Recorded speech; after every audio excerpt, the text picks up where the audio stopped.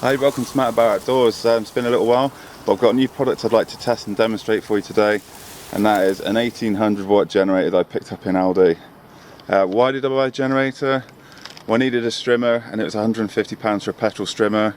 I picked up this generator for 100 in Aldi. It was down from about £300. So yeah, why not?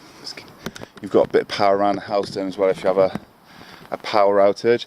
So what I'll do then is I'll just drop you down on the tripod and I'll run through a few of the features of the generator, and then we'll fire it up so you can see just how noisy this thing is.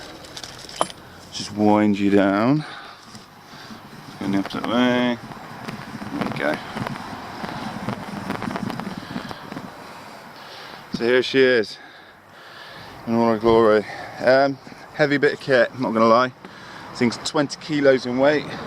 So you can see we've got 2 sockets, 230 volts at 50 Hertz, which is pretty much standard UK. You've also got this port here. This will accept a charging lead, so you can do car batteries off of that. We've got oil level. It's got an auto cut off for the oil, overload protection, and it obviously goes green when you turn it on, this bottom one. Fine. So as I said, it's a heavy old beast. 21 kilos, that's not including fuel and oil being loaded into it as well. So it's a pull start, there's no key for this. Let's bring you down again. There's no key, it's literally just a case of winding something, the power switch on. Apologies for the vibration. So yeah, it starts off with this pull handle thing here. Everything's quite easy to get to. You do get a screwdriver included, like a miniature toolkit. So you've got a spark plug tool. You've got this double-ended, surprisingly well made screwdriver. So you've got a flat and a Phillips that just sits in there. One thing I have done already is swapped out the spark plug because it's got a Chinese plug in it. It's been a Chinese motor just with a workzone branding on it. I don't know if you can see this on camera, but look at where this electrode is. That's how it came out of the generator. It's all bent and twisted. So I've replaced it with an NGK. The model is CR7HSA. That's more or less a direct replacement. The only thing is there's a brass thing screwed onto the top of this electrode. You're going to need to swap that onto the NGK plug. Otherwise the HT lead won't snap over it, it just flops around, won't do anything. So don't throw your old plug out, keep hold of that. So allegedly this product's got a 3-year warranty, which you never know, you might have to test out. I've heard varying reviews on online about these Aldi generators. Some people said they're excellent, some people said they're a complete waste of time. But I thought at £100 it's worth a punt, isn't it? So to get it going, you've got to turn the fuel on, or open the vent cover, which is just here. You need to switch that round, so it's like hissed there.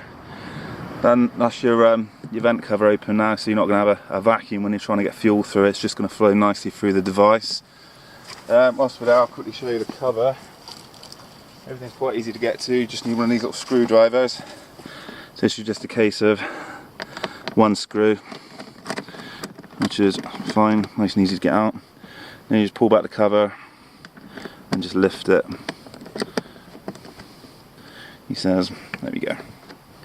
So you can see your air cleaner there, your choke and your carburetor around the back there. Nothing too fancy. Oil down the bottom here. It takes 600 ml of oil. It's got a particular one to use sort of viscosity, but to be honest I just chucked some premium motorbike engine oil in because that's all I had in the house at the time. It seems to have done the job so far. On the opposite side then, you've got your spark plug access. I won't take the HT lead off because it's a pig to get back on. It's a little bit restrictive if you've got big hands on space. So again, you see that? Yeah. Just got your HT lead with the plug in there. It's all very easy to get to, very easy to access. So we've got our fuel on already. Let's turn this generator around again. On the actual body of it, it says it's about 95 decibels. In actuality, it's quite loud. To be completely honest with you, you won't want to take it camping with you, just annoy everybody. So you've got 2 settings then, so you've got run and start. So flick the choke lever over to start, close the choke, so we're just getting fuel. And then you literally just rotate, switch to on, and then I'll try not to knock the camera, give the pull start a yank. I have noticed it's sometimes you have to pull it gently through a few times. It does tend to like stick occasionally. I'll just give it a couple of gentle pulls and then give it a rip, and it should fire up. Coming away. First pull. So start. I'm going to flick it to run, so it's going to get a bit louder for you.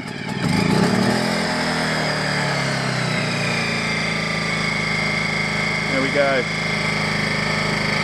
Up here. Exhaust around the back. That's going to be the noisy end, as it were. So yeah, so I say it's 1800 watt.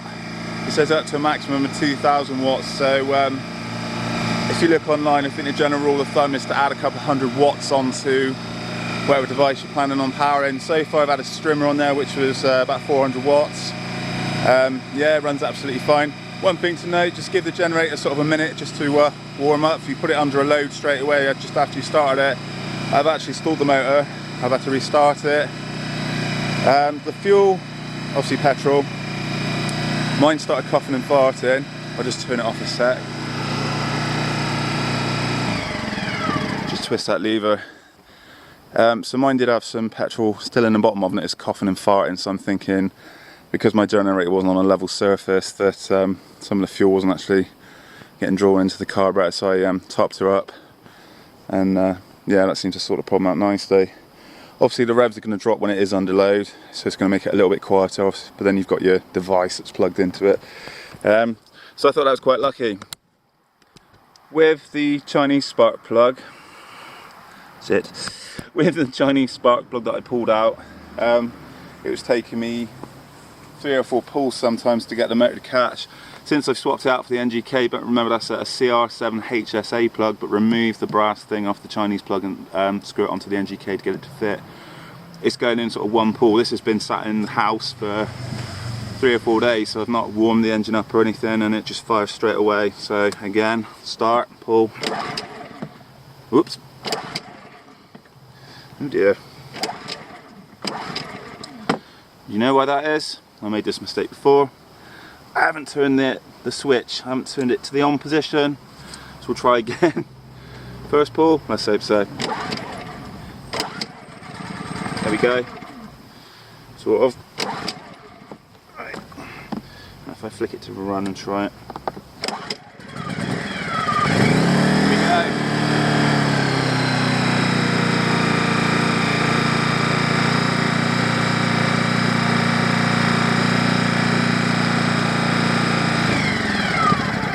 Off. Obviously, yeah, I made that mistake a couple of times, not actually flick the switch around to the on position. So once you're done with the generator, then close this vent. It's got to stop the fuel fumes escaping, which is great because it means I can keep this in the house and it doesn't stink up the place. I didn't want to leave this in the shed, if I'm completely honest. Couple of reasons: theft, and obviously bugs like to get in there and lay their eggs, and you find out you've got a generator full of spiders and dead bugs in there, so obviously not going to be fantastic for an engine. In terms of build quality, shocking. If I'm honest, completely honest, it's shocking. I've had screws rattle themselves loose off this, sorry I took you sideways a bit. I've had these screws recessed in there. I fired the generator up and it managed to rattle itself loose, and I've had to take a screwdriver to it and just go around, give it a quick once over. You can also see some stress cracks or stress on the plastic, this white area here. This is how the generator came to me. Yeah, you can just about see that. That's obviously where they've assembled it with an air gun or something. They've not been too careful with their torque settings, which is obviously stressed the plastic. So For £100 from Aldi, I got an absolute bargain. They normally do some generators. They've got some smaller ones which are 800 watt. They were charging 130 a piece. So I've got an 1800 watt in the sale, as it were. It was just floating around with a heavy discount down to £100. Thought, why not give it a whirl? Yeah, watch this space really. Hopefully give you an update in a later video just to see, has it performed? Has it stopped producing electricity? Is it still doing the business? Or has it gone back to the store under a warranty claim? So hope you find the little video useful. Definitely consider getting one. You can use it around the house in power cuts. It's great for all sorts of applications, but at a fraction of the price of a Honda one, which, don't get me wrong, fantastic build quality, reliable, quiet, but the Honda sort of suitcase type generators, you're looking at around £1,000. That's a big outlay, especially for me. So yeah, nice one. See you soon.